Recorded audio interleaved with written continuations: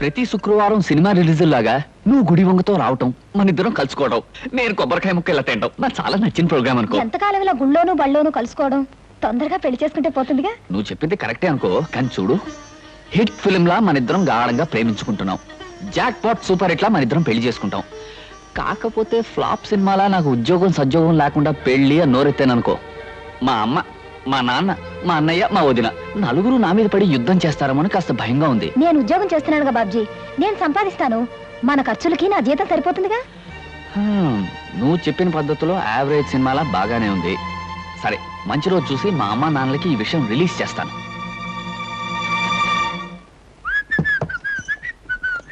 ఏమయ్యా బాబ్జీ, ఇలారా. ఏడొదినా కూరలు తరిగి పెట్టు, నాకు వేరే పనుంది. కూరలు తరిగి పెట్టడమా? అవునయ్యా, అవతల నాకు చాలా పనులున్నాయి, నువ్వు ఈ పని చేయి. అది కాదు వదినా, కూర తిని పెట్టమను, తిని పెడతాను. అయినా నేను కూరలు తరగడం ఏంటి?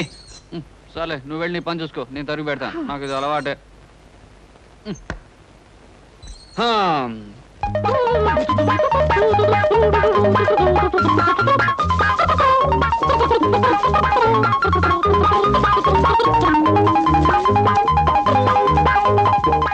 అమ్మయ్యా, వదినా వదినా, ఈ పని అయిపోయింది. ఇదిగోనయ్యా బాబ్జీ, ఆరిన బట్టలు తీసుకొచ్చాను, చక్కగా మడతపెట్టు. ఇదేమిటి వాడు ఇన్ని పనులు పురమాయిస్తోంది? పొద్దున్న లేస్తూ ఎవరి మొహం చూసానో ఏమిటో. కానీ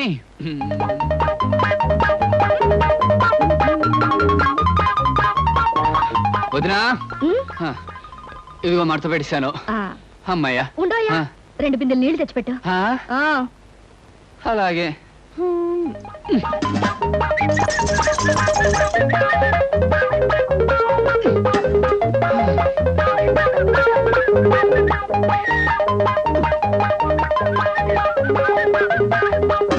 అమ్మయ్యా, వదినా, అదిగో బిందులతో నీళ్లు పెట్టేశాను. ఇంకేమైనా పని ఉంటే చెప్పు. అయిపోయిందని వెళ్ళడం ఆపి నువ్వు చెప్పడం ఎందుకు?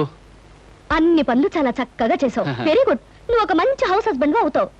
హౌస్ హస్బెండా? అదేమిటి?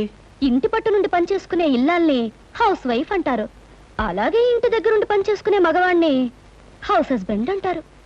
ఏమిటో నువ్వు చెప్పేది నాకేం అర్థం కావట్లేదు. ఇంకా అర్థం కాలేదా? నువ్వు ప్రేమించి పెళ్లాడాలనుకున్న అమ్మాయి ఉద్యోగం చేస్తుంది, నువ్వు ఉద్యోగం సద్యోగం లేకుండా ఊరమ్మటి పడి తిరుగుతున్నావు. రేపు పెళ్ళయ్యాక ఇంటి దగ్గర ఉండి పని చేయొచ్చు. ఎందుకంత పాపం? ఉద్యోగం పురుష లక్షణం అంటారు. ఆ లక్షణాలేని నీలాంటి వాడిని ఏమంటారో నాకు తెలియదు.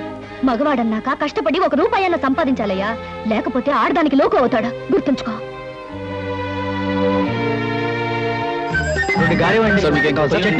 ఒక్క నిమిషం.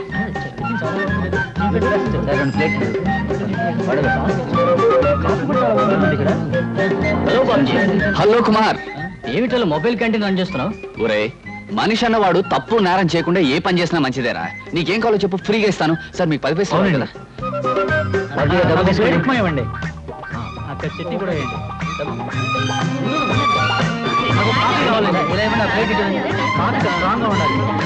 వదినా వదినా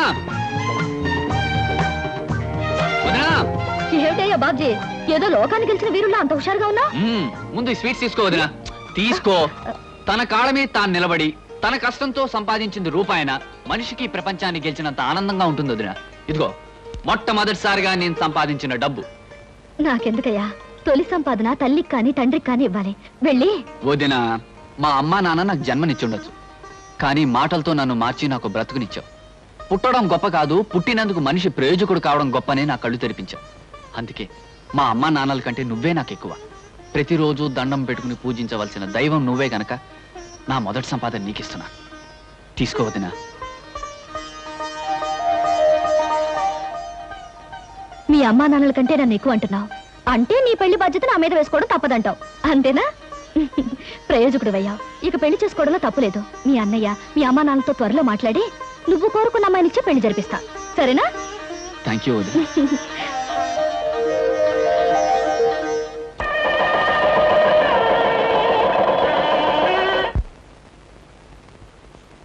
అమ్మా సీత, సీత. ఏమిటి నాన్న ఎలా వచ్చావు? నన్ను చూడాలనా, నా పరిస్థితి చూడాలనా? అబ్బే, ఆ 2 కాదమ్మా, ఈ 2000 నీకు ఇవ్వాలని. ఇది దానం ధర్మం బహుమతి కాదమ్మా, బోనస్. మీ ఆయనకి ఇచ్చే బోనస్ అమ్మా. మా ఆయనకి బోనసా? ఆహా, మీ ఆయనకి మాత్రమే ఇచ్చే బోనస్ కాదమ్మా. ఆఫీసులో ఉన్న స్టాఫ్ 25 మందికి ఇలా 2000 చొప్పున ఇచ్చాను. ఎందుకు ఇస్తున్నానో తెలుసా? బాగా లాభాలు వచ్చాయమ్మా. అందుకే అందరికీ ఇచ్చాను, మీ ఆయనకి కూడా ఇస్తున్నాను. తీసుకోక తప్పదు.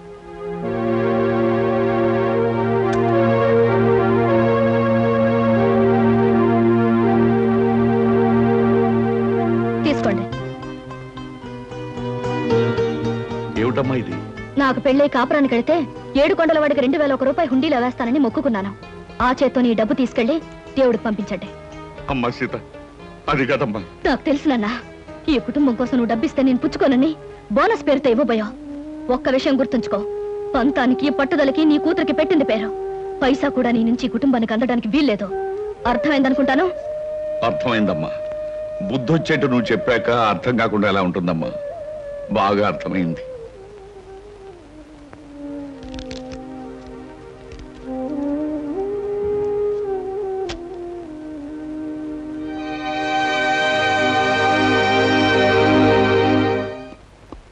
గుడ్ మార్నింగ్ మావయ్య గారు.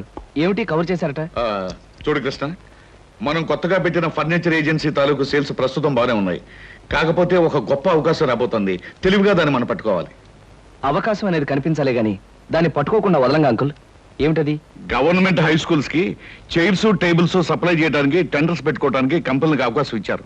ఆ టెండర్ మందైతే ఖచ్చితంగా 5 లక్షలు, తప్పితే 10 లక్షలు ఆమొస్తుంది. అయితే తప్పకుండా ఆ టెండర్ మనదయ్యేటట్టు చేద్దాం. కాకపోతే ఈ టెండర్ కోసం చాలా కంపెనీలు ప్రయత్నం చేస్తున్నాయి. వాళ్ళందరికంటే తక్కువ కొటేషన్ తో మనం టెండర్ పెట్టాలి. ఇదిగో నేను అనుకుంటున్న ఫిగర్. Very good uncle. ఈ 10 లక్షల రూపాయల టెండర్ మందే అవుతుంది.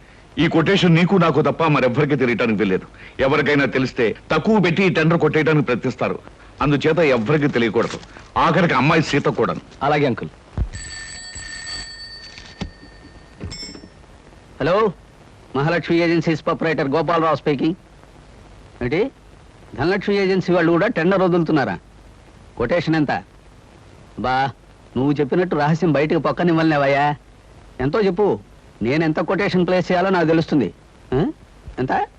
10 లక్షల. ఆల్ రైట్, మిగతా విషయాలు నేను చూసుకుంటాను.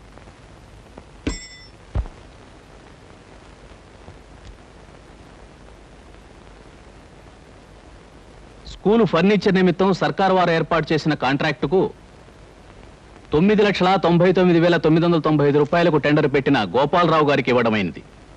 Don't talk mister Krishna.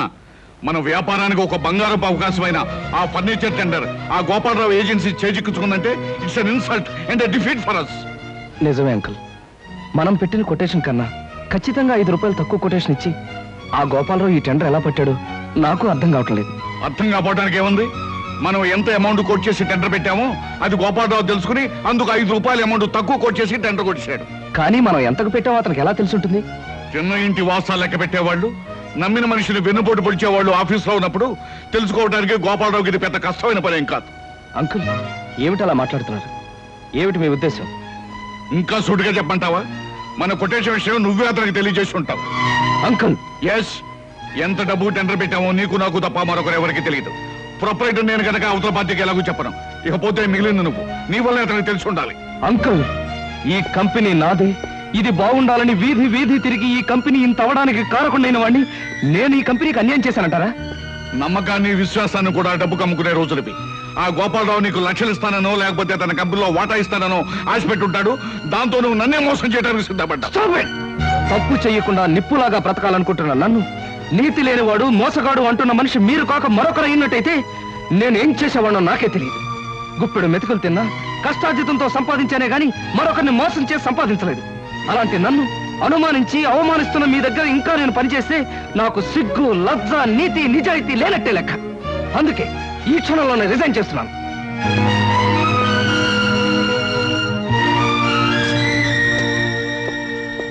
ఎంత వయసు వచ్చినా మంచేదో మోసమేదో తెలుసుకోలేని మిమ్మల్ని చూస్తే జాలేస్తుంది.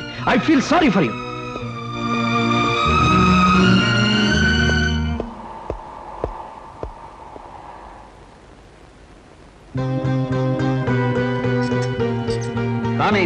లోపలికి రావయ్యా.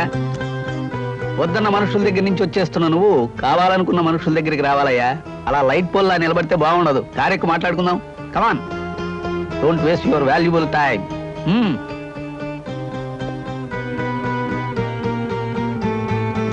డ్రైవర్ కార్బని.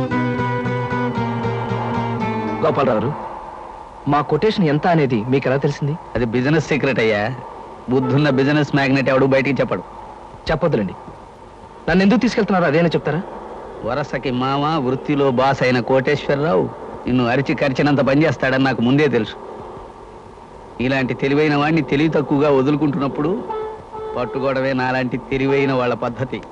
అంటే ఏమిటి మీ ఉద్దేశం? ఏముంది, నిన్ను మా కంపెనీకి జనరల్ మేనేజర్గా అపాయింట్ చేద్దాం అనుకుంటున్నాను. ఇప్పటి వరకు నువ్వు తీసుకున్న జీతం 2000, నేను నీకు 5000 ఇవ్వాలనుకుంటున్నాను. ముందు ముందు పెంచే ఉద్దేశం కూడా ఉంది. ఇక నా కంపెనీలో పనిచేయడానికి నీకు అభ్యంతరమే ఉంటుంది? అదృష్టం, అవకాశం నా రూపంలో నిన్ను వెతుక్కుంటూ వస్తే ఏదో ఆలోచించి వదులుకోవటం చాలా పొరపాటయ్యా. ఓకే అనేసి. ఓకే సార్, మీరిచ్చే ఆఫర్కి ఒప్పుకుంటున్నాను.